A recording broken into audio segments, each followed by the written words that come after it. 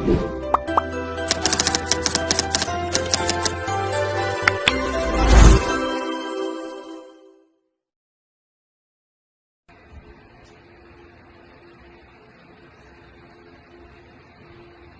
tanong, sa palagay ko, masasabi nga ba natin na edukado nga ba ang may mataas na marka o may malawak na pag-iisip?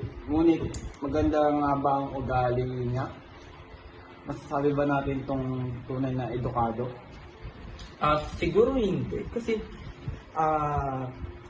dahil dun, sa ganong niya, hindi siya marunong rumispeto. Tapos makikita natin na kung tunay ba talaga siyang edukado, di ba?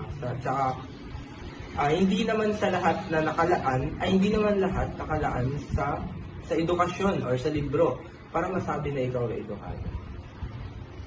Sa opinion ko, kung puro kaalaman lang ngunit walang malasakit na o disiplina, hindi siya matatawag na isang tunay na edukadong tao.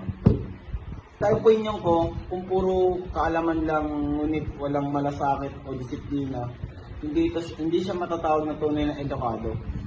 Kaya nga siguro may kasabihan na ang tunay na pinag-aralan ay nakikita sa kilos at gawa. Alin nga ba sa palagay mo ang mas mahalaga dito?